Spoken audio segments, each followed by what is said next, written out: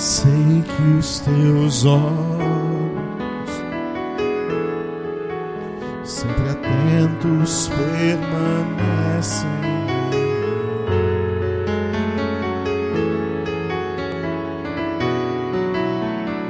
mim. E os teus ouvidos são sensíveis para ouvir meu clamor. Posso até chorar, mas a alegria vem de manhã. És Deus de perto e Deus de longe, nunca mudaste, tu és fiel.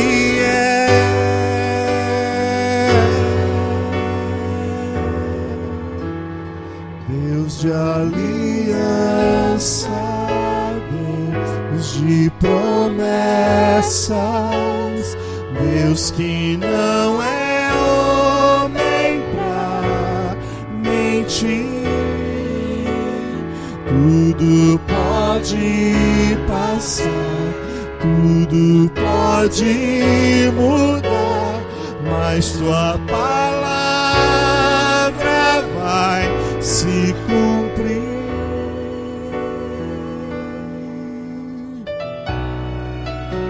Sei que os teus olhos,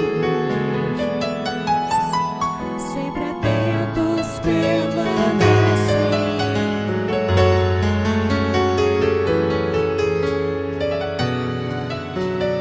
E os teus ouvidos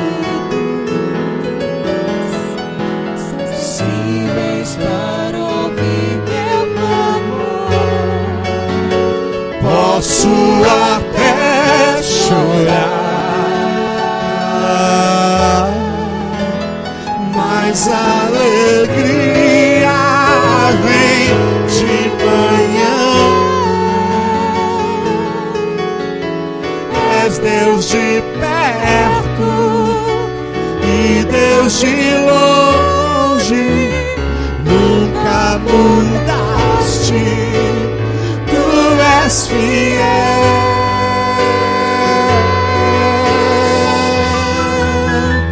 Deus de aliança, Deus de promessas, Deus que não é homem pra mentir.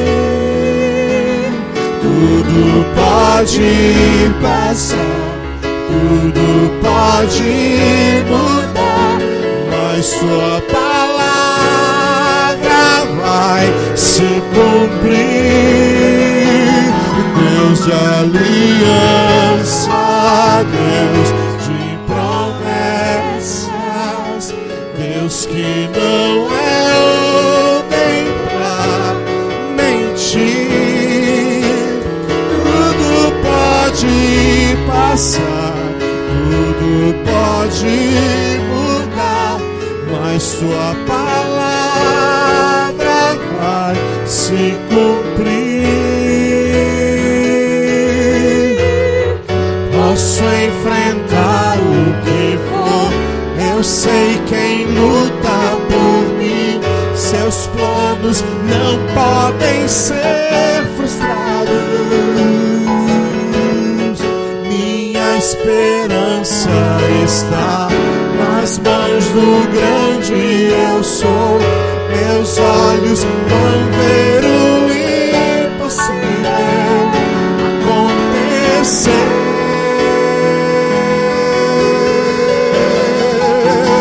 Deus de aliança, Deus de promessas, Deus que não é homem pra mentir. Tudo pode passar, tudo pode mudar, mas tua palavra vai se cumprir. Posso enfrentar? Posso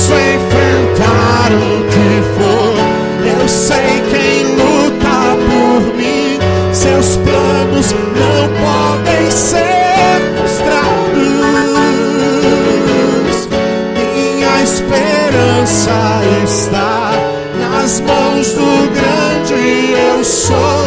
Meus olhos vão ver o impossível acontecer.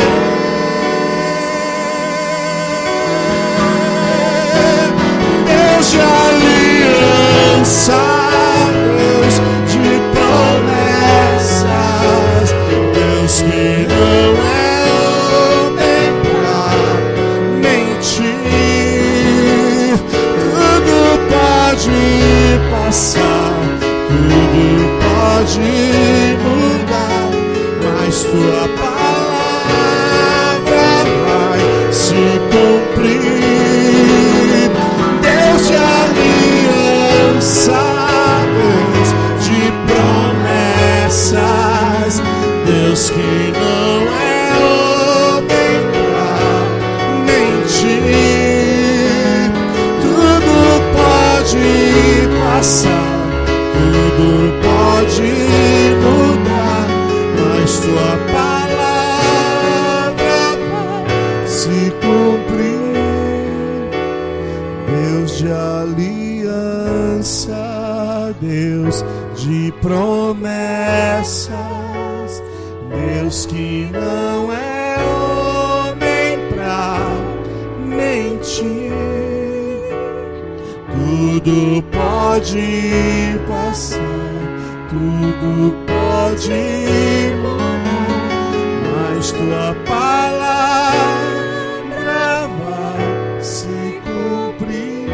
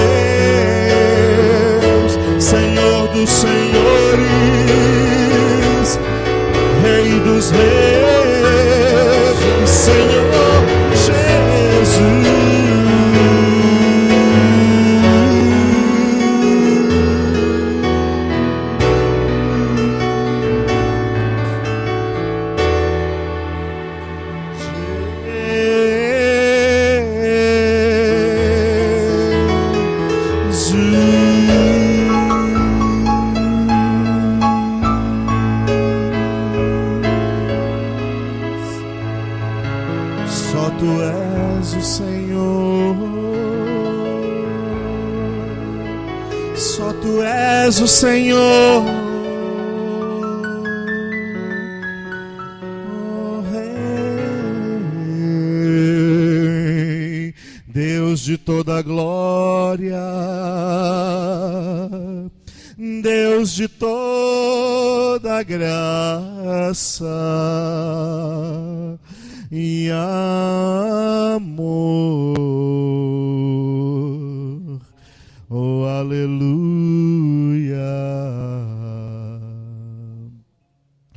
Vamos adorar o Senhor Jesus com a leitura de 1 Tessalonicenses, capítulo 2.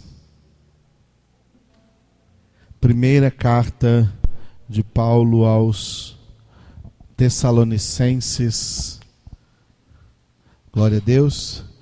1 Tessalonicenses, capítulo de número 2. Cíntia, vem aqui ler comigo. Os homens vão ler comigo os versículos ímpares e as mulheres com a Cíntia os versículos pares. Aleluia. Glória a Deus. Aleluia. Porque vós, irmãos, sabeis pessoalmente que a nossa estada entre vós não se tornou infrutífera. Mas, apesar de maltratados e ultrajados em Filipos, como é do vosso conhecimento, tivemos ousada confiança em nosso Deus, para vos anunciar o Evangelho de Deus em meio a muita luta. Pois a nossa exortação não procede de engano, nem de impureza, nem se baseia em dolo. Pelo contrário, visto que fomos aprovados por Deus, a ponto de nos confiar Ele o Evangelho, assim falamos, não para que agrademos a homens, e sim a Deus, que prova o nosso coração. A verdade é que nunca usamos de linguagem de bajulação, como sabeis, nem de intuitos gananciosos. Deus disto é testemunha. Também jamais andamos buscando glória de homens, nem de vós, nem de outros. Embora pudéssemos, como enviados de Cristo, exigir de vós a nossa manutenção, todavia nos tornamos carinhosos entre vós, qual ama que acaricia os próprios filhos. Assim, querendo-vos muito, estávamos prontos a oferecer-vos não somente o Evangelho de Deus, mas igualmente a própria vida. Por isso que vos tornastes muito amados de nós.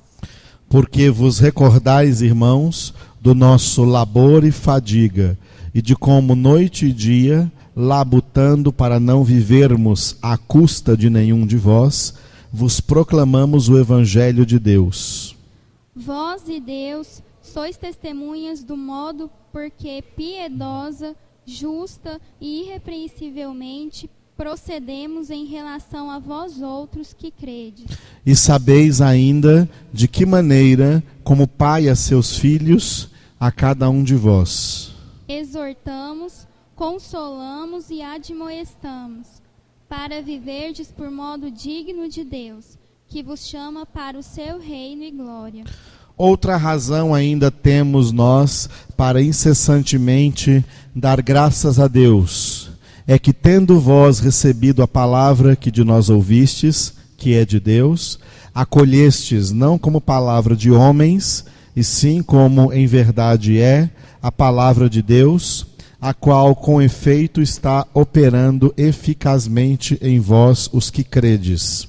Tanto é assim, irmãos, que vos tornastes imitadores das igrejas de Deus existentes na Judeia em Cristo Jesus. Porque também padecestes, da parte dos vossos patrícios, as mesmas coisas que eles, por sua vez, sofreram dos judeus. Os quais não somente mataram o Senhor Jesus e os profetas, como também nos perseguiram e não agradam a Deus, e são adversários de todos os homens. A ponto de nos impedirem de falar aos gentios, para que estes sejam salvos, a fim de irem enchendo sempre a medida de seus pecados. A ira, porém, sobreveio contra eles definitivamente. Ora, nós, irmãos, orfanados por breve tempo de vossa presença, não porém no coração, com tanto mais empenho diligenciamos, com grande desejo, ir ver-vos pessoalmente. Por isso, quisemos ir até vós, pelo menos eu, Paulo, não somente uma vez, mas duas. Contudo, Satanás nos barrou o caminho. Pois quem é a nossa esperança, ou a alegria, ou coroa em que exultamos na presença de nosso Senhor Jesus em sua vinda? Não sois vós? Sim, vós sois realmente a nossa glória e a nossa alegria. Aleluia. Vamos repetir 2 versículos, todos juntos. Primeiro versículo 5, bem forte. A verdade é que nunca usamos de linguagem de bajulação, como sabeis, nem de intuitos gananciosos. Deus disto é testemunha. E agora o versículo 12. Exortamos, consolamos e admoestamos, para viverdes por modo digno de Deus, que vos chama para o seu reino e glória. Aleluia. Fica de pé mais uma vez agora, para vocês orarem uns pelos outros, enquanto a Cíntia ora por todos nós. Amém? Amém, Senhor. Obrigada, Pai, por este dia. Obrigada porque o Senhor nos trouxe a tua congregação nesta noite, Pai. Eu te louvo, Senhor, porque nós temos recebido, Pai, a tua palavra, a tua admoestação, Pai, a tua exortação. Obrigada, Pai, porque não temos recebido bajulação, Senhor, para que continuemos crianças, Senhor. Mas temos recebido a tua disciplina, Pai, para que cresçamos diante do Senhor, para que sejamos santificados, Pai, para que nossa mente seja cheia das coisas do alto, Pai. Obrigada pela tua palavra, obrigada pelo teu Espírito Santo que opera em nós a tua Aleluia, obra, Senhor. Senhor. Obrigada, Pai, porque a nossa confiança, a nossa esperança estão nas tuas mãos, Senhor. Aleluia, pois tu és soberano, Senhor. e nós sabemos, Pai, que o Senhor está no controle de todas as coisas, Pai. Que confiemos em Ti a cada dia, que produzamos o fruto do Teu Espírito a cada dia, Senhor, pregando a Tua palavra, sendo verdadeiros testemunhas do Senhor, ó Pai, em nome de Jesus. Que nossa mente seja, Pai, cheia da Tua verdade, Glória Pai. a Deus. Abençoa, Senhor, nosso corpo, nossa alma, nosso espírito, Pai. Aleluia. Que sejamos irrepreensíveis diante de Ti, ó Oh, Pai. poderoso Que busquemos Deus. sempre, Pai, o Teu reino em primeiro lugar a cada dia nas nossas Obrigado, vidas. Senhor. Antes de tudo que fizermos, ó Pai, para Te Oh, aleluia, glorificarmos. Senhor. E que andemos de modo digno da Sua palavra e da Sua presença nas nossas vidas, Senhor. Em nome de Jesus. Amém. Graças a Deus. Cumprimenta só quem está do seu lado aí, pertinho de você, com a paz do Senhor Jesus. Amém? Aleluia. Glória a Deus. Podeis estar assentados. Jesus está aqui.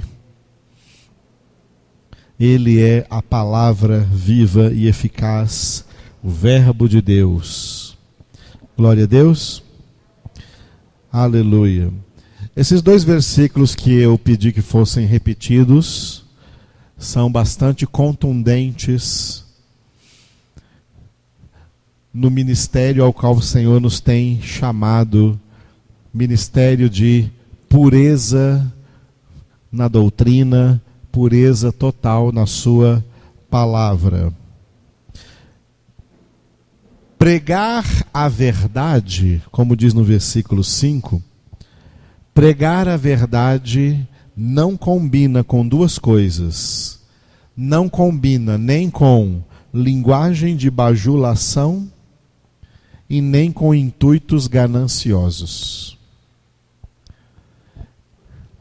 Quem está bajulando o povo de Deus nas igrejas não está pregando a verdade para eles, está enganando-os. E enganando-os com intuitos gananciosos para ganhar dinheiro com a pregação do Evangelho. Isso são falsos. Deus é testemunha de quem faz isso e Deus é testemunha também de quem não faz isso. Aleluia. A palavra de Deus tem 3 modus operandes que a gente lê no versículo 12. 3 maneiras de operar. Cada palavra da Bíblia que você ler, que você orar, que você estudar, ela vai estar ou te exortando, ou te consolando, ou te admoestando. Amém? Te exortando, te consolando, ou te admoestando. É assim que nós somos edificados na palavra de Deus, sendo exortados. Exortados é ensinados. Exortados é quando nós aprendemos o que devemos crer e o que devemos viver. Exortação é uma palavra de ensino, que depois que você recebe essa palavra, você se sente motivado, porque você está agora esclarecido, porque você não tem agora mais dúvida acerca do que crer e de como agir. Esse é o objetivo da exortação. A palavra de Deus é uma palavra de exortação, porque é uma palavra de ensino, e ensino muito profundo, como nós vimos domingo passado, em Hebreus capítulo 5, versículo 11, que há muitas coisas que dizer e difíceis de explicar. E à medida que nós vamos entendendo, aprendendo, recebendo o ensinamento, o conhecimento de Deus na palavra, Deus está, através desse ensinamento, nos exortando. Tá? A palavra exortando começa com ex, o ex, que é a preposição de para fora, como in, para dentro, de interior, ex é para fora, de exterior. Quando nós somos exortados, nós somos tirados para fora de uma certa situação e para viver numa situação melhor. Por isso que Jesus diz: conhecereis a verdade vos libertará, vos tirará de um âmbito de escravidão, porque você agora entendeu a verdade, caiu a ficha e você saiu daquela condição de escravidão que tinha antes para uma condição de cada vez mais liberdade em Cristo Jesus, experimentando o que é a liberdade dos filhos de Deus. A palavra de Deus também opera nos consolando. Por quê? Porque nós somos... Note que a exortação, ela vem aqui no âmbito da mente. A consolação, ela vem no âmbito das emoções, abaixo da mente. Nós não somos seres apenas racionais, apenas intelectuais, seres pensantes. Nós somos seres pensantes, somos seres intelectuais e por isso precisamos aprender, por isso precisamos de ensino. Isso é exortação. Mas nós também somos seres emocionais. Nós temos emoções que precisam ser também edificadas por Deus. E a maneira de Deus edificar as nossas emoções é através da sua consolação. Deus é o Deus de toda consolação. A palavra de Deus também opera nos consolando, nos confortando. E o que significa ser consolado? Ser consolado significa ser emocionalmente equilibrado. Tá?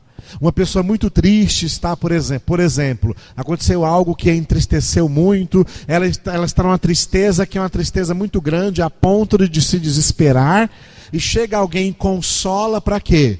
Para que aquela emoção que está lá num extremo seja amenizada e ela volte a respirar e ela tenha condições de viver. Isso é consolo. A palavra de Deus nos consola. A palavra de Deus nos equilibra emocionalmente em qualquer situação. Porque as nossas emoções têm a tendência de se abalar dependendo das situações. Mas a palavra de Deus nos consola, nos dando o equilíbrio em qualquer situação. Amém? Glória a Deus. E em terceiro lugar, no versículo 12, admoestamos. Essa parte aqui é a parte mais dura, mais confrontativa da palavra de Deus. Admoestação é confronto. A palavra de Deus nos confronta. A palavra de Deus, ela quer atingir o nosso pecado. Não importa qual seja o seu pecado, Deus conhece. E a palavra de Deus quer atingir aí. Doa o que doer, a palavra de Deus quer atingir aí. Se você viver a vida inteira e a palavra de Deus não corrigiu o seu pecado, faz assim, ó, tchauzinho pro céu. Tá bom? Incorrigíveis não entram no céu. No céu vai entrar pessoas que não que eram perfeitas, mas que foram corrigidas pela palavra de Deus e não fugiram dessa correção, não fugiram desse confronto, não fugiram dessa admoestação. A admoestação é correção. Se você é uma pessoa de Deus, você reconhece o quanto precisa ser corrigido e se submete, se humilha debaixo da poderosa mão de Deus. Humilhar-se diante de Deus é aceitar as correções que Ele quer fazer na nossa vida. Tem crentes que vivem a vida inteira nas igrejas, mas não aceitam correção, tá? Não aceitam mudança. Acham que não precisa mudar. E sempre que alguém fala de mudança, que é uma pregação sobre mudança, nunca pensa nele. Pensa no fulano. Oh, que pena que fulano não está aqui. Essa palavra é toda para ele. Essa palavra é toda para você. Se você não se corrigir, você está perdido. A palavra de admoestação é essa. A Bíblia, então, exorta, a Bíblia consola, a Bíblia admoesta, ok? Para quê? Para entrarmos no reino e na glória de Deus. Por isso o versículo 12 diz: exortamos, consolamos e admoestamos. Tudo isso aqui é o contrário de bajular com intuitos gananciosos. Aqueles que usam uma linguagem de bajulação com intuitos gananciosos não exortam, não consolam e não admoestam. Eles somente enganam, ludibriam e manipulam as pessoas. Manipulam as consciências, manipulam as intenções, manipulam os seus sentimentos, manipulam as pessoas. A palavra de Deus não nos manipula, a palavra de Deus nos guia no caminho, na verdade e na vida, que é Jesus. Aproveito toda essa introdução para essa aula de hoje. Hoje é a penúltima aula sobre a interpretação. Sábado é a última aula. Nós quase conseguimos introduzir o que é interpretação com essas aulas, viu?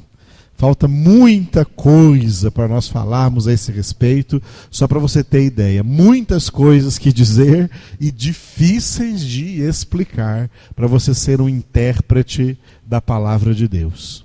É algo vitalício, é algo para a vida inteira. Mas nessas duas aulas eu quero colocar alguma coisa importantíssima, como também as outras foram importantes.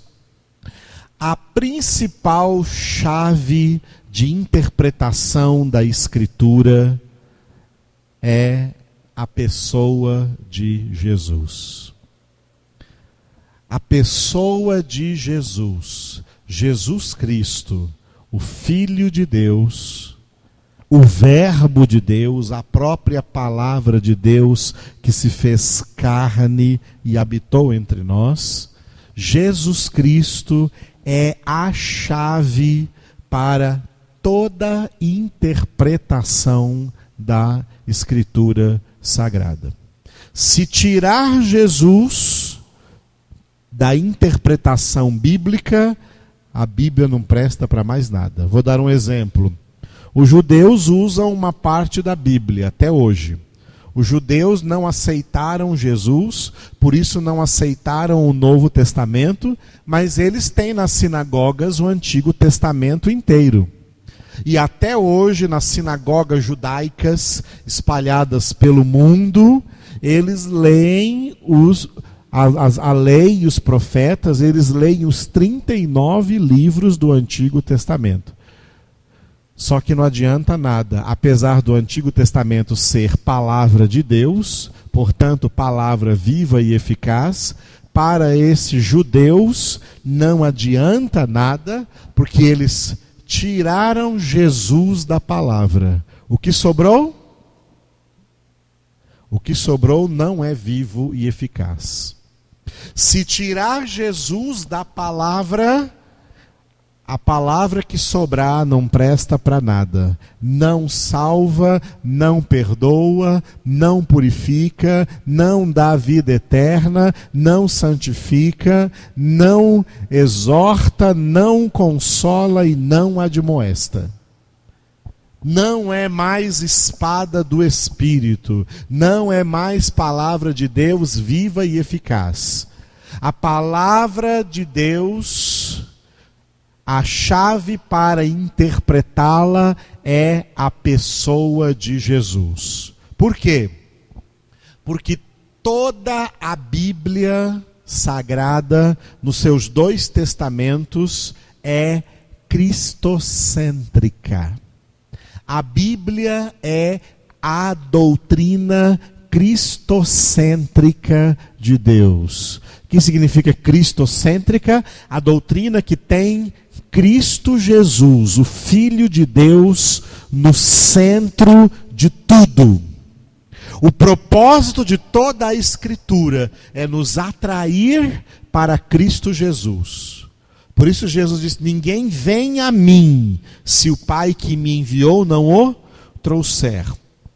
E o propósito do Pai é convergir tudo e todos para Jesus. Vamos ver essa palavra de convergência, que é um dos fortes significados de conversão, em Efésios capítulo 1. Carta de Paulo aos Efésios, capítulo de número 1. Efésios, capítulo de número 1. Nós vamos ler o versículo 10. Você vai olhar aí no versículo 10 a palavra convergir. Tá? A palavra convergir é a mesma coisa que centralizar. É a mesma coisa que converter. O propósito de Deus é de fazer convergir nele aqui é em Cristo, na dispensação da plenitude dos tempos, todas as coisas, tanto as do céu como as da terra. O propósito do Pai é atrair tudo para Jesus. E todos os homens serão atraídos para Jesus. Os eleitos atraídos para serem salvos, os não eleitos atraídos para serem condenados. A palavra de Deus é chamada de espada de 2 gumes, tá? Espada do Espírito em Efésios capítulo 6, na armadura de Deus, e espada de 2 gumes em Hebreus 4:12, porque com um gume ela salva, com outro gume ela condena. A palavra de Deus é quem opera salvação e ela também é quem opera condenação. Jesus Cristo, o Filho de Deus, o Verbo de Deus, logo após a sua ressurreição, ele disse aos discípulos, e ficou registrado em Mateus 28:18, Jesus disse: toda a autoridade me foi dada nos céus e na terra. Ou seja, Deus já conseguiu fazer o que era o propósito dele: convergir em Cristo, na dispensação da plenitude dos tempos, todas as coisas, tanto as do céu como as da terra. Por isso Jesus disse: toda a autoridade me foi dada nos céus e na terra. Jesus recebeu do Pai a autoridade para salvar e a autoridade para condenar.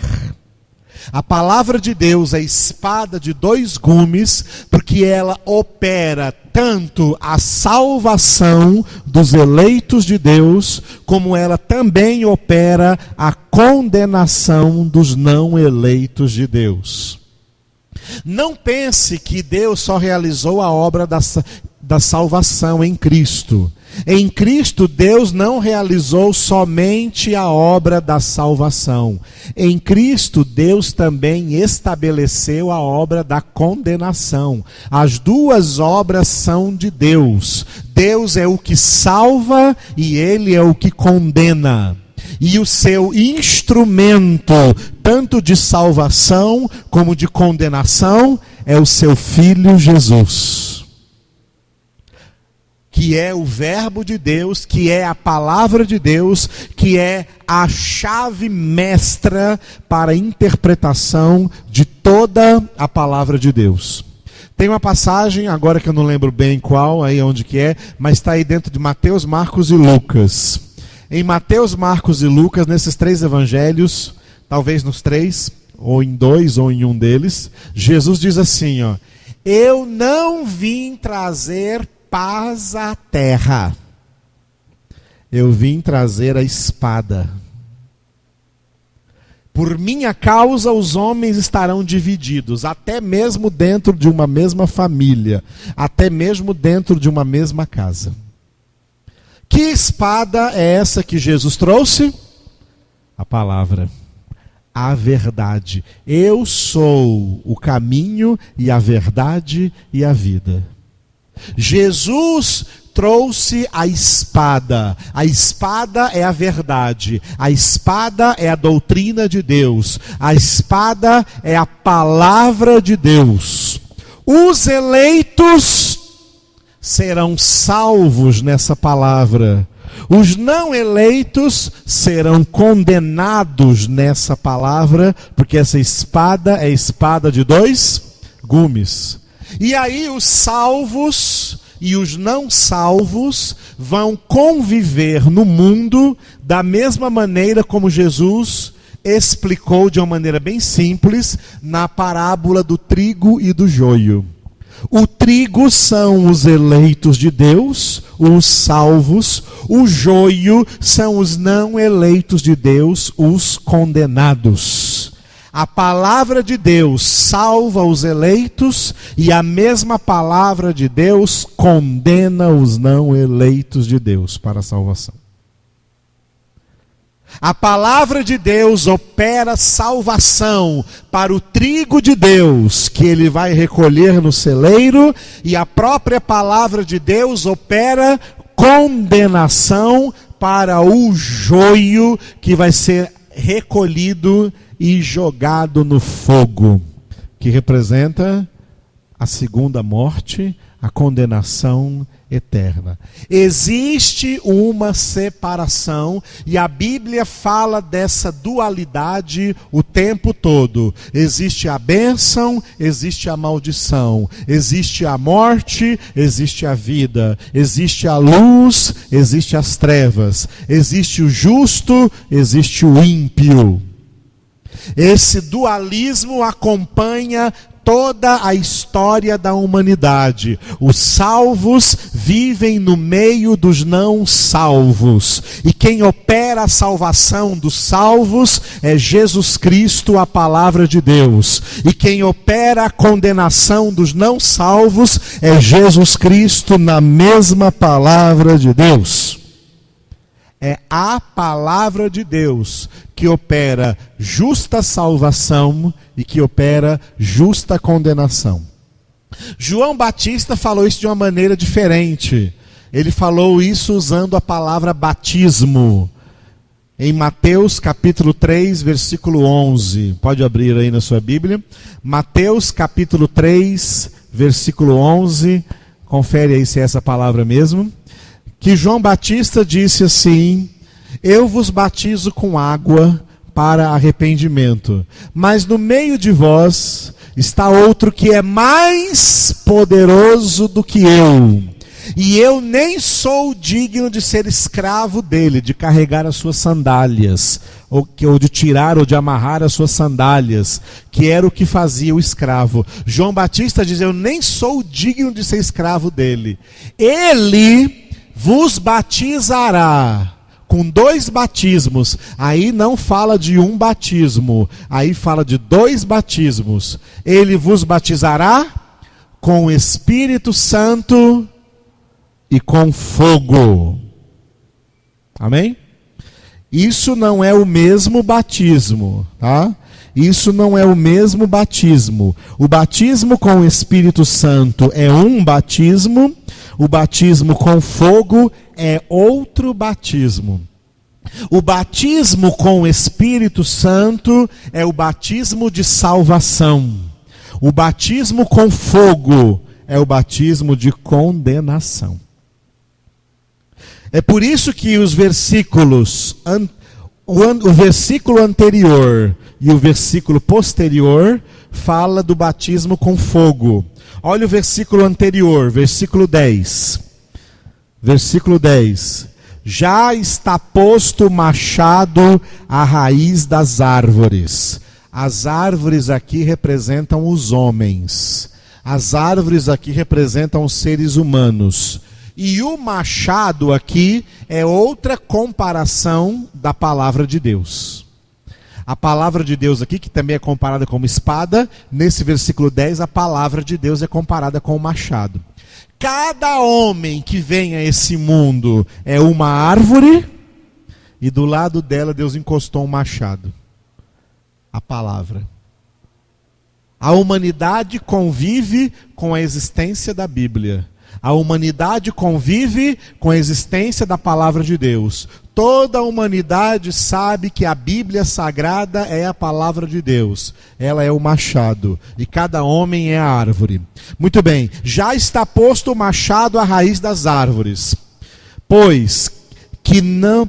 Toda árvore, pois, que não produz bom fruto, é cortada e lançada ao fogo. Esse é o batismo com fogo.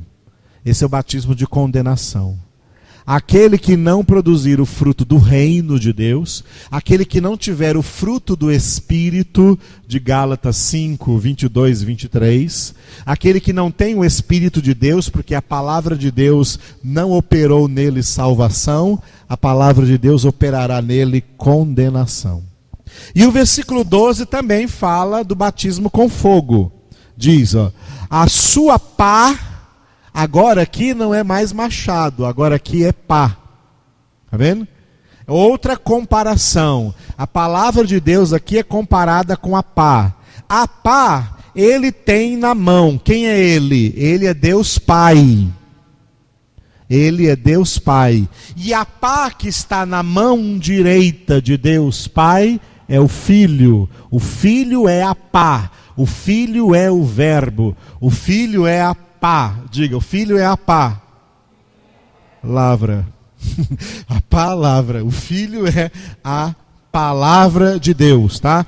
A sua pá ele tem na mão e limpará completamente a sua eira. A eira de Deus é o mundo. Pensa que o mundo é dos homens ou do diabo? O mundo é de Deus, ele é o dono de toda a criação.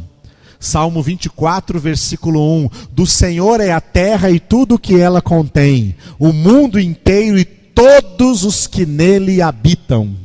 Todos, tanto os salvos como os condenados, todos são de Deus. O mundo inteiro é de Deus, o mundo é a eira de Deus, e Deus, com a sua palavra, com a sua pá, que é Jesus, ele vai limpar esse mundo completamente com a sua palavra. E vai fazer o quê? Como que vai ser essa limpeza? Essa limpeza tem um aspecto positivo e tem um aspecto negativo. O aspecto positivo, ele recolherá o seu trigo no celeiro. O trigo são os eleitos, que ele vai recolher da terra para o celeiro, que é o céu. Recolherá o trigo no seu celeiro, mas queimará a palha em fogo inextinguível. Esse é o batismo com fogo. Isso é a condenação dos ímpios, dos não eleitos de Deus. Alguma dúvida? Está bem claro? Foi isso que João Batista estava dizendo quando falou: ele vos batizará com o Espírito Santo e com fogo. Tá?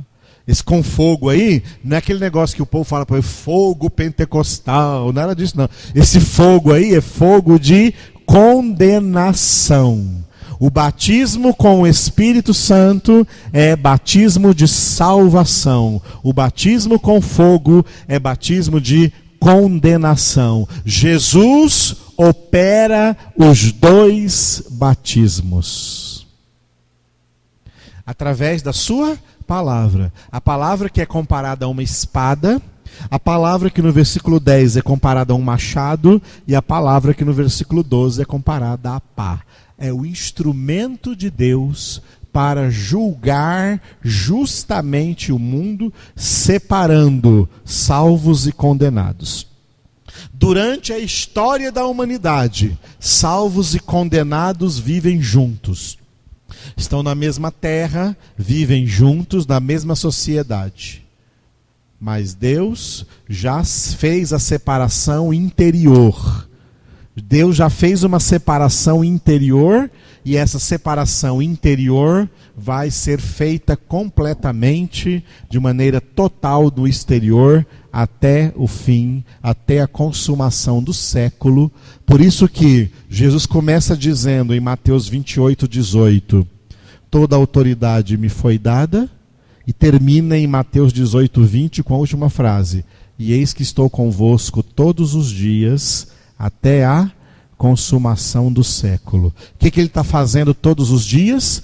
Todos os dias Jesus está agindo na face da terra, usando a sua autoridade para batizar com o Espírito Santo, batizar com salvação os eleitos, e batizar com fogo, batizar com condenação os não eleitos. A palavra de Deus opera as duas coisas, porque Jesus é o centro da palavra de Deus. Portanto, Jesus é a chave de interpretação de toda a Bíblia. Toda a palavra está centralizada em Jesus.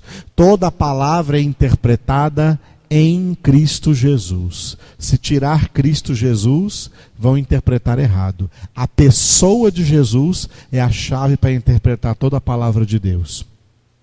Tem uma outra passagem que Jesus disse assim, também não me lembro agora qual que é, mas está aí nos evangelhos, tá? Tudo que eu não lembro você pode ler em casa, tá? Pode ler Mateus, Marcos, Lucas, João hoje, antes de dormir ainda, que você vai achar tudo isso lá. Tá? Jesus falou assim para os seus apóstolos, ó, quem vos ouve, a mim ouve. Quem vos rejeita, a mim rejeita. Porque os apóstolos comunicaram o quê? O Novo Testamento, toda a palavra de Deus. Quem ouve os apóstolos, ouviu Jesus, porque os apóstolos não inventaram nada, eles só falaram o que Jesus lhes transmitiu. Por isso que diz em Atos 2:42, que a igreja primitiva, eles perseveravam na doutrina dos apóstolos. Essa doutrina dos apóstolos tinha esse nome de doutrina dos apóstolos, não porque foi inventada pelos apóstolos, mas porque foi revelada aos apóstolos por Jesus, e os apóstolos transmitiram a igreja de Cristo Jesus. E está toda compilada para nós aqui no Novo Testamento. A doutrina dos apóstolos é o Novo Testamento. A doutrina dos profetas é o Antigo Testamento. Profetas e apóstolos, Antiga Aliança, Nova Aliança, Antigo Testamento, Novo Testamento. E o fundamento dos dois testamentos é um só: Cristo Jesus, a pedra angular. Por isso, ele é a chave para interpretar Antigo Testamento e Novo Testamento. Ele disse aos apóstolos: quem vos ouve, a mim ouve. Os eleitos vão ouvir. Quem vos rejeita, a mim rejeita. Os não eleitos vão rejeitar. Não vão ouvir. É por essa razão que Jesus disse aos apóstolos, em João capítulo 20, vamos abrir lá, João capítulo 20, agora Evangelho de João, capítulo 20, versículos 22 e 23. E esse versículo 23, ele é interpretado de maneira errada pelo catolicismo romano. Vamos ler direitinho para entender. E havendo dito isto, soprou sobre eles e disse-lhes: recebei o Espírito Santo. Porque Jesus disse para os apóstolos aqui: recebei o Espírito Santo? Porque Jesus batiza eles com o Espírito Santo. Porque Jesus batiza eles com salvação e não com fogo de condenação.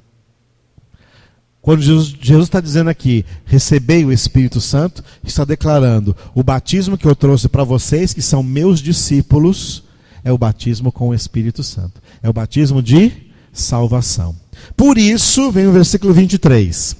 Se de alguns perdoardes os pecados, são-lhes perdoados. Se lhes retiverdes, são retidos. A Igreja Católica Romana pegou esse versículo 23 e criou essa doutrina errada de que os padres e os bispos e o Papa também da Igreja Católica têm o poder de perdoar os pecados das pessoas. E aí a doutrina católica é que os católicos têm, para ter perdão, o católico, para ter perdão de Deus, não pode confessar o pecado com Deus, não. Ele tem que confessar o pecado com o padre. Tem que ir lá na Igreja Católica e falar ao seu padre, eu vim confessar aqui porque eu pequei. E o padre, então, recebeu, segundo a doutrina católica, o padre recebeu o poder de dar absolvição dos pecados dessas pessoas. E essa é uma doutrina falsa. Isso é uma heresia, não é isto que Jesus está ensinando aqui. Quando Jesus disse assim, aqueles a quem perdoardes serão perdoados, ele está se referindo àquelas pessoas a quem os apóstolos vão pregar o evangelho de Cristo Jesus e os ouvirem e se converterem, os pecados delas são perdoados. Mas aquelas que ouvirem a palavra, mas rejeitarem, não se converterem, os seus pecados são retidos. Entenderam? Portanto, cada vez que nós pregamos o evangelho para alguém, essa pessoa poderá ter os seus pecados perdoados, ou essa pessoa poderá ter os seus pecados retidos, não perdoados. Se ela ouvir e se converter, é porque é um eleito de Deus. Seus pecados serão perdoados. Mas se ela ouvir e rejeitar, é porque não é eleito de Deus, foi colocada para a desobediência, os seus pecados serão retidos. É isso que significa essa palavra. A palavra de Deus opera as duas coisas: o perdão dos pecados ou a retenção dos pecados. A palavra de Deus é poderosa para tirar os pecados de todos aqueles que se converterem, mas de manter os pecados daqueles que não se converterem. Amém, queridos? Essa semana aí todo mundo ficou assistindo a morte do Chico Anísio, né? E eu já fiquei esperando alguém falar besteira, e já falaram besteira na televisão. Alguém disse que quando ele morreu, a alma dele foi para o céu, e chegando no céu, os holofotes se acenderam, o próprio céu foi iluminado com a chegada do Chico Anísio, e os anjos se alegraram, porque agora ele vai contar muitas piadas no céu, ele vai alegrar o céu. A terra ficou mais triste, o céu ficou mais alegre. Que ignorância diabólica, isso não é de Deus. Quando foi que Chico Anísio se converteu a Cristo Jesus? Nunca. Aí as pessoas falam, mas ele fez as pessoas rirem, trouxe alegria para as pessoas. Trazer alegria para as pessoas não é contar piada. A alegria verdadeira é fruto do Espírito Santo. Quem tem o fruto do Espírito não precisa de piada para se alegrar, porque tem a verdadeira alegria dentro dos seus corações. Viu? Então, alegrou todo mundo, né? Puxa vida, casado 6 vezes. 6 mulheres, 6 casamentos. 6 casamentos. Mesmo que foi um de cada vez, significa que foram 6 fornicações. Significa que foram 6 adultérios. E a Bíblia diz que os que praticam essas coisas não herdarão o reino de Deus. Então não existe essa história de carochinha que inventa por aí, não. Jesus diz: eu sou o caminho e a verdade e a vida. Ninguém, nem Chico Anísio, ninguém vem ao Pai senão por mim. Bem claro, amados? Isso é a palavra de Deus. A palavra de Deus é centralizada em Cristo Jesus. Não é centralizada em nenhum outro homem, em nenhum outro personagem. Não é centralizada em obras, em qualquer coisa que homem fulano A, B ou C faça ou deixe de fazer. A palavra de Deus é interpretada dentro da pessoa de Jesus. Jesus é a chave para a interpretação correta da Escritura. Por quê? Agora veja em Colossenses, veja por quê em Colossenses, capítulo 1. Colossenses, carta de Paulo aos Colossenses, capítulo 1. Capítulo 1 de Colossenses. Eu quero ler com vocês a partir do versículo 13. Eu cito bastante esse versículo 13, então vamos começar dele. Amém? Ele nos libertou, esse ele aí é Deus Pai. Tá? E libertou não é uma tradução interpretativa. O verbo no grego aí não é o verbo libertar. O verbo no grego é o verbo desarraigar, ou seja, arrancar pela raiz. Esse é o verbo no original.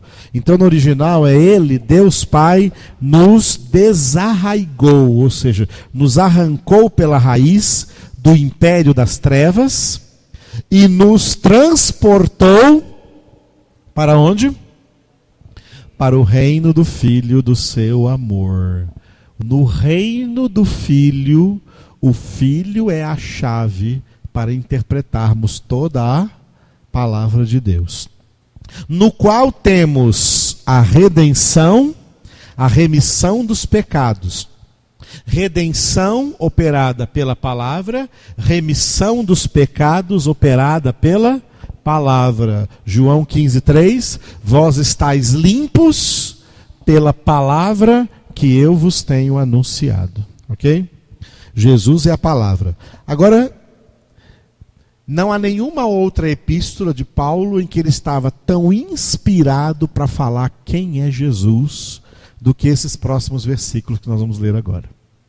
Paulo esteve inspirado nas 13 epístolas, mas aqui, em nenhuma epístola, ele esteve tão inspirado para definir para nós a pessoa de Jesus. Quem é Jesus? Que é a chave mestra de interpretação de toda a Escritura, o centro de toda a palavra de Deus. Paulo diz que Jesus, versículo 15, este é a imagem do Deus invisível. Por isso Jesus disse: quem vê a mim, vê o Pai. João 14, Jesus disse: quem vê a mim, vê o Pai. Aí ele fala para um dos discípulos, né? Filipe que fala: mostra-nos o Pai. Filipe, há tanto tempo eu estou com vocês e você ainda não percebeu? Quem vê a mim, vê o Pai. Ele está dizendo que Paulo mais tarde ia escrever aqui, que ele, Jesus, é a imagem do Deus invisível. Uma das características de Deus é a invisibilidade. Ele está aqui conosco, mas nós não o vemos, porque ele é invisível. Tá? Por isso que Paulo fala em Coríntios: não andamos pelo que vemos, mas pelo que não vemos.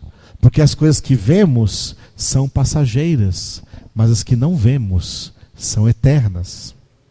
Por isso diz em Hebreus 11:1 que a fé é a certeza, a convicção de coisas que nós não vemos. E que pela fé, como diz dentro do capítulo 11 de Hebreus, nós andamos como se estivéssemos vendo o invisível. Deus é invisível.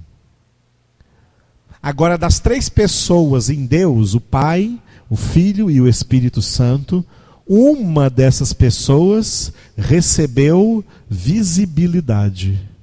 Quem foi? Jesus. Jesus, ao receber a natureza humana não é invisível, a natureza humana é visível. Deus criou o homem para ser visível, tá? Deus criou o homem para ser visível. O Deus invisível criou o homem para ser visível. E Jesus feito homem é a imagem visível do Deus invisível. Por isso ele diz: quem vê a mim, vê o Pai. Ele é então a imagem do Deus invisível. Imagem aqui é a visibilidade. Imagem aqui é algo que se pode ver. O Pai continua invisível. O Espírito Santo continua invisível. Quando a gente for para o céu, nós não vamos ver o Pai. Ele vai continuar invisível. Nós não vamos ver o Espírito Santo. Ele vai continuar invisível. Eles não se tornaram visíveis. Mas nós vamos ver Jesus, porque Jesus foi tornado visível. O Pai e o Espírito Santo estarão no céu conosco por toda a eternidade, mas não os veremos. Nós veremos a sua glória, como Moisés viu por detrás a sua glória, como João viu um ser assentado no trono que ele não conseguiu definir, porque ele estava vendo a glória de Deus, porque Deus não é visível, Deus é invisível. Quem nós veremos face a face no céu? Jesus, nos ensinando quem é Deus durante toda a eternidade. Por isso, é o próprio Jesus que começa a ensinar agora, através da palavra. Ele vai continuar ensinando no céu. Amém? Glória a Deus. Ele é a imagem do Deus invisível. Quem ele é mais? O primogênito de toda a criação. Primogênito de toda a criação. O primeiro gerado de toda a criação. Jesus é gerado no seio do Pai desde antes da fundação do mundo. Gerado não só na sua natureza divina, mas na sua natureza humana.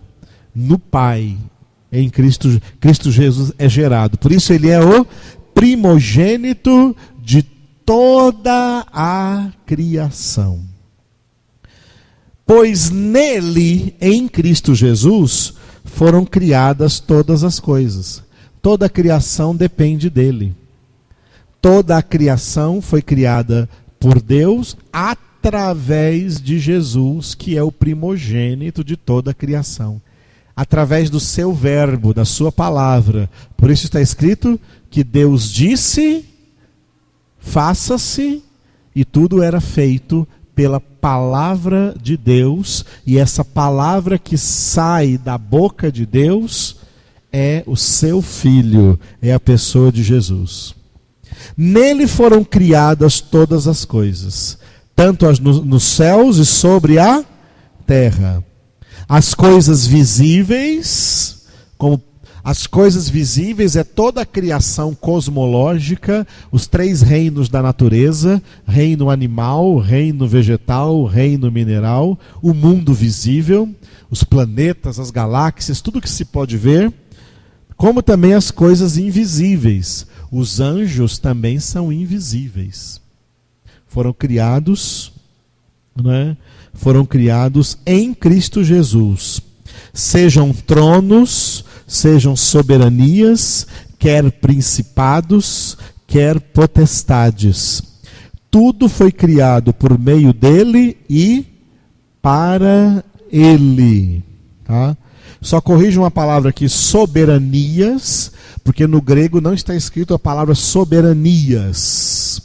No grego está escrita a palavra exousias, que traduzido para o português é autoridades, não soberanias. Soberanias é uma tradução em português errada, tá? Só Deus é soberano. Então foram criados tronos, autoridades, principados, potestades. Tudo foi criado por meio de Jesus. Quem criou? O Pai.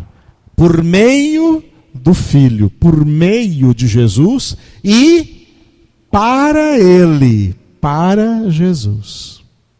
Por isso que o Pai criou tudo para o Filho. Tá? Tudo para o Filho. Ele é, versículo 17, antes de todas as coisas. Jesus existe, Jesus é real, Jesus já estava presente com o Pai antes de todas as coisas. Agora, importante no versículo 17: nele, em Cristo Jesus, tudo subsiste. Tudo que está existindo nesse momento só está existindo porque Jesus está dando existência. O diabo está existindo agora porque Jesus está dando existência para ele. Os homens ímpios estão existindo agora porque Jesus está dando existência para eles. Nós estamos existindo agora porque Jesus deu existência para nós agora. Vamos supor que Jesus tirasse a existência de mim agora. Eu ia desaparecer da existência. O microfone ia cair aqui. Oh, cadê o pastor? Desapareceu da existência. Porque Jesus tirou dele. Eu só estou existindo aqui porque Jesus está me dando essa existência nesse momento. Você está existindo aí porque Ele é quem chama a existência as coisas que não existem. A criação, uma definição, a definição de criação é essa: dar existência ao que antes não existia. Por isso que em João capítulo 1 diz que no princípio era o verbo, e o verbo estava com Deus, e o verbo era Deus. Ele estava no princípio com Deus. Tudo foi feito por Ele, e sem Ele, nada do que foi feito se fez. Tudo subsiste nele. Paulo pregou isso em Atos 17, quando estava lá em Atenas, na capital da antiga Grécia. Ele disse assim, né? Ele disse que Ele é quem a todos dá a vida, respiração e tudo mais. Nele vivemos, nos movemos e existimos. Ele é quem tudo subsiste. Ele é quem dá vida. E Ele também tira. Porque Ele tem toda a autoridade nos céus e na terra. Ninguém escapa de Jesus. Todos são batizados por Ele. Quer no batismo de salvação, quer no batismo de condenação.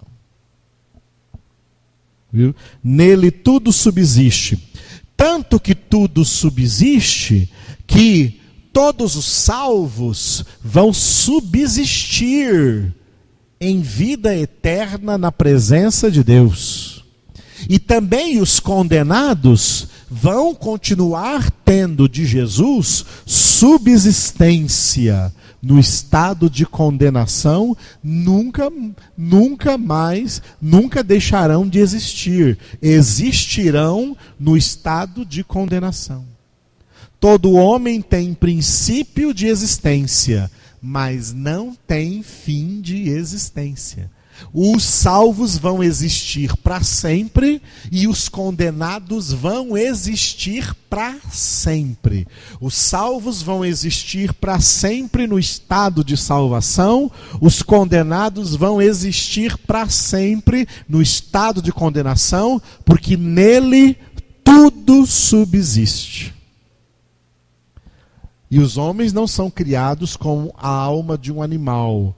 A alma de um animal tem uma subsistência temporal.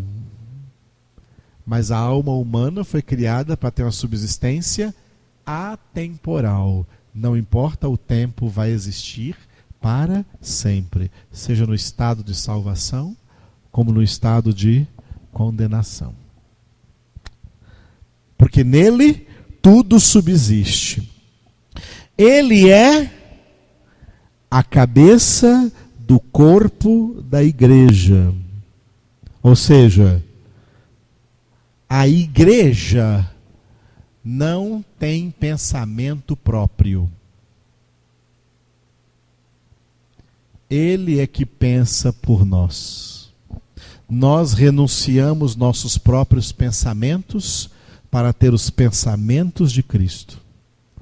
A igreja é aquele que não manda em si mesmo. Quem manda nele é Jesus. Se alguém manda em si mesmo, não é igreja de Jesus. Por isso vai para a condenação. Batismo com fogo. Quem faz a própria vontade, essa doutrina que existe por aí, chamada de livre-arbítrio, esse livre-arbítrio é para os condenados. Quem é condenado acha que tem livre-arbítrio, acha que é livre para fazer o que quiser. Todas as pessoas que acham isso, elas já estão em condenação. A igreja não tem livre-arbítrio, a igreja é submissa a Cristo Jesus. Não somos nós quem pensamos, Ele é que pensa. O que eu estou pregando aqui não é uma invenção minha. O que eu estou pregando aqui é palavra dEle. É ensinamento dEle. Ok? Amém, queridos? Porque Ele é a cabeça. Ele é a cabeça. A sua cabeça pensa uma coisa e a sua mão pensa outra? A sua perna pensa outra? A sua perna direita quer ir para o sul e a esquerda quer ir para o norte? Acontece isso? Não.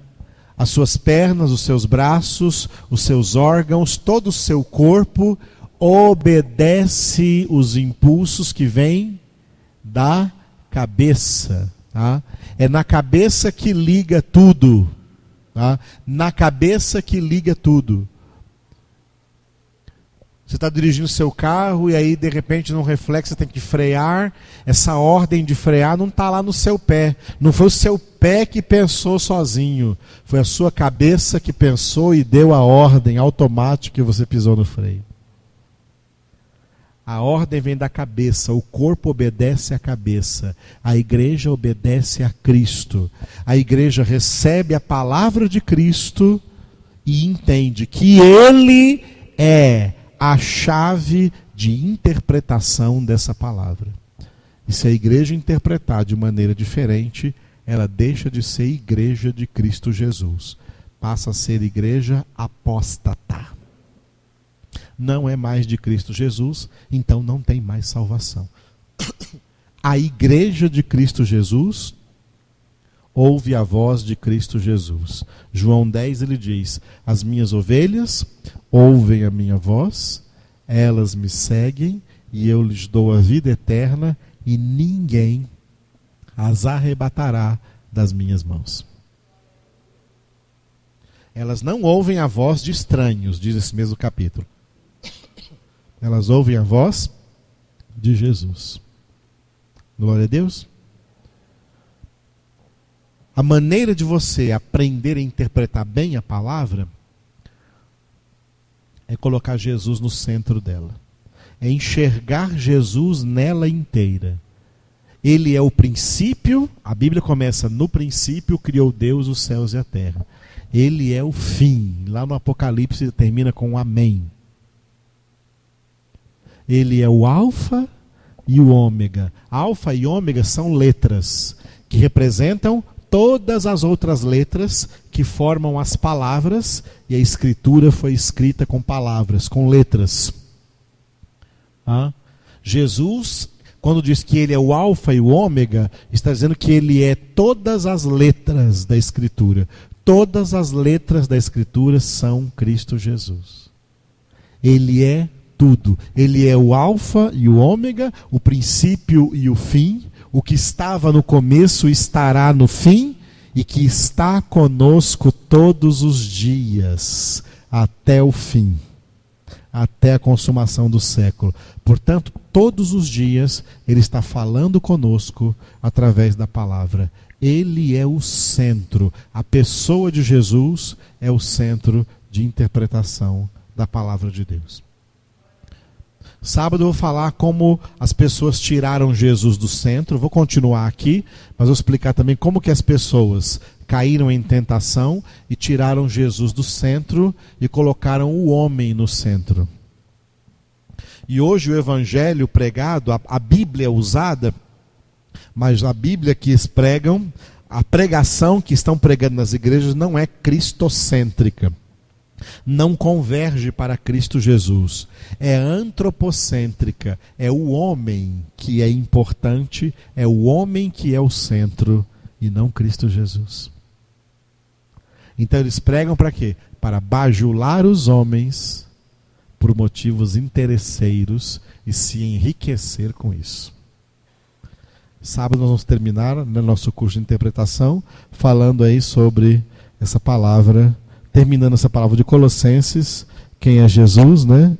Ou como que Jesus é o centro, a chave de interpretação de toda a Escritura Sagrada. Amém? Glória a Deus.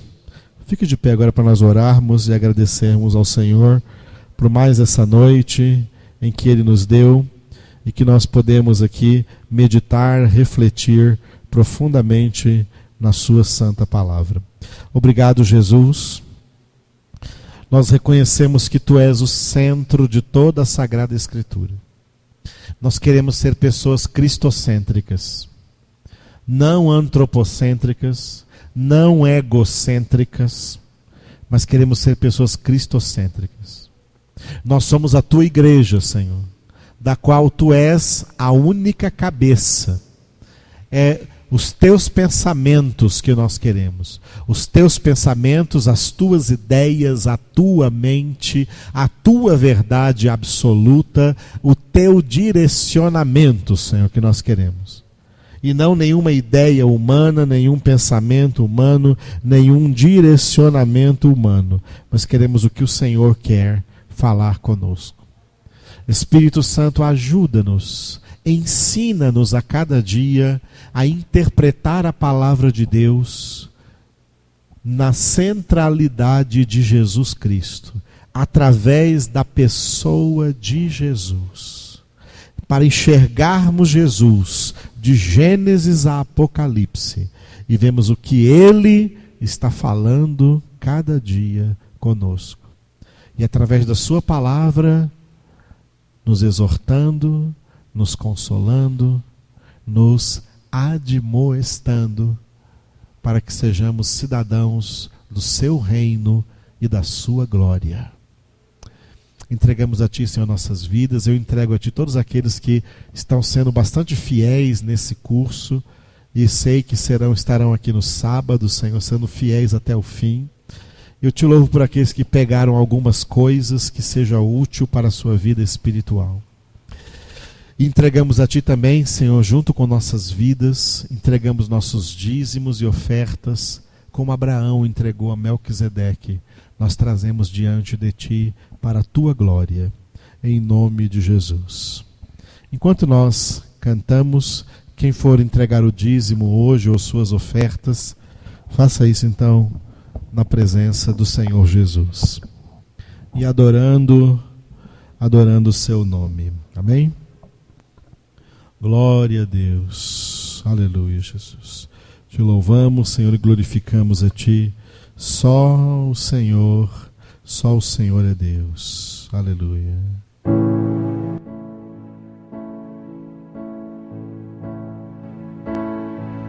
Perto quero estar,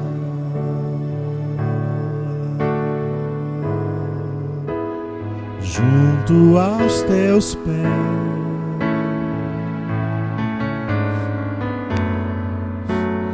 Pois prazer maior não há que me render e te adorar.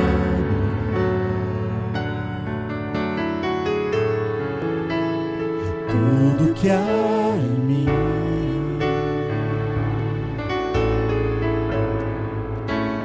quero te ofertar.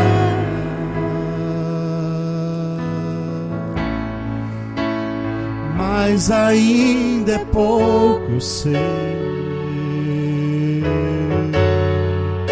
se comparado ao que ganhei.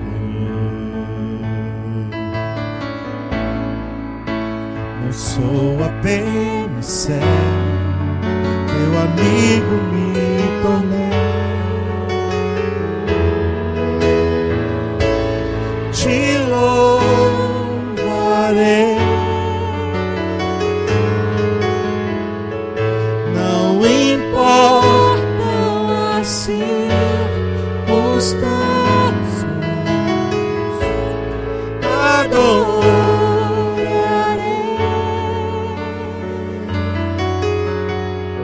Somente a ti, Jesus.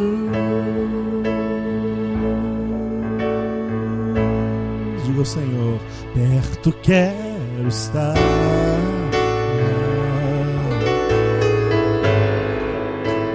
junto aos teus pés.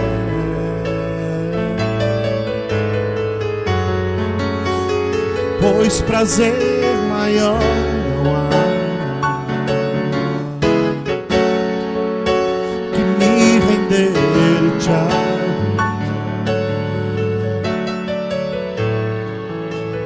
Tudo que há em mim,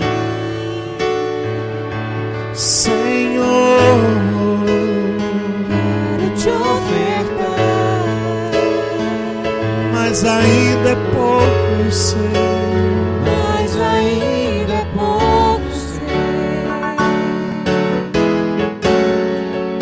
Se comparado ao que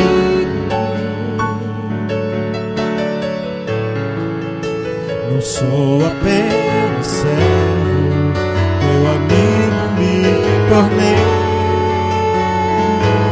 Jesus, te louvarei.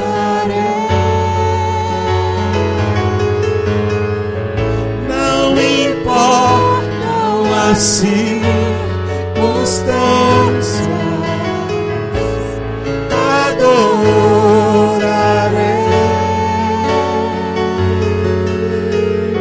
Somente a ti, Jesus, te louvarei. Não importam as circunstâncias, adorarei.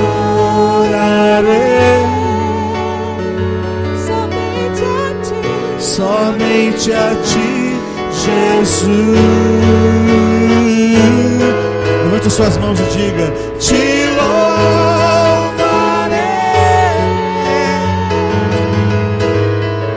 Não importam as circunstâncias, adorarei.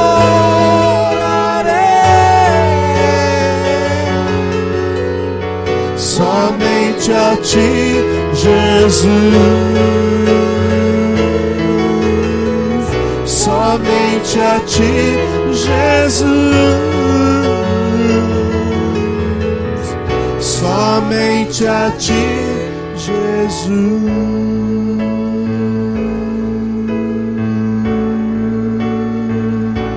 Jesus, somente a ti, Jesus. Adore o Senhor Jesus. Jesus, fale com Jesus agora. Adore o nome do Senhor. Jesus,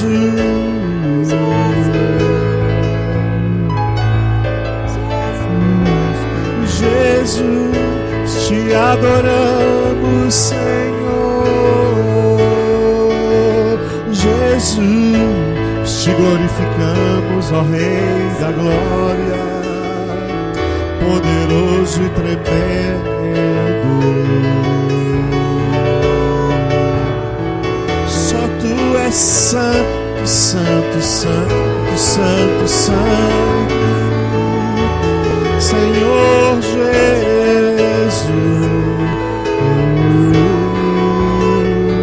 Tu és o centro de todas as coisas,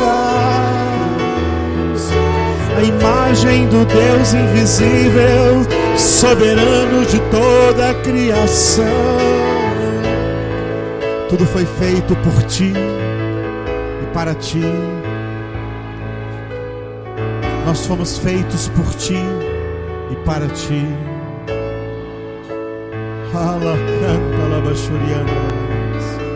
Diga bem forte: Senhor Jesus, eu fui feito por ti e para ti. Eu me entrego a ti, Jesus. Te louvarei.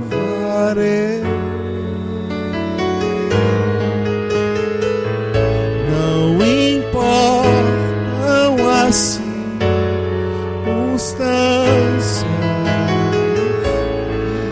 adorarei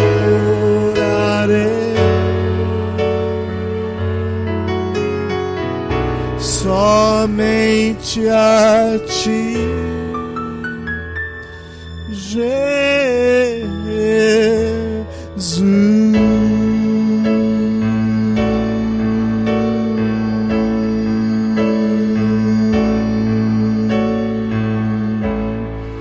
Aleluia, Senhor, te louvamos e glorificamos e engrandecemos o teu nome. Aleluia.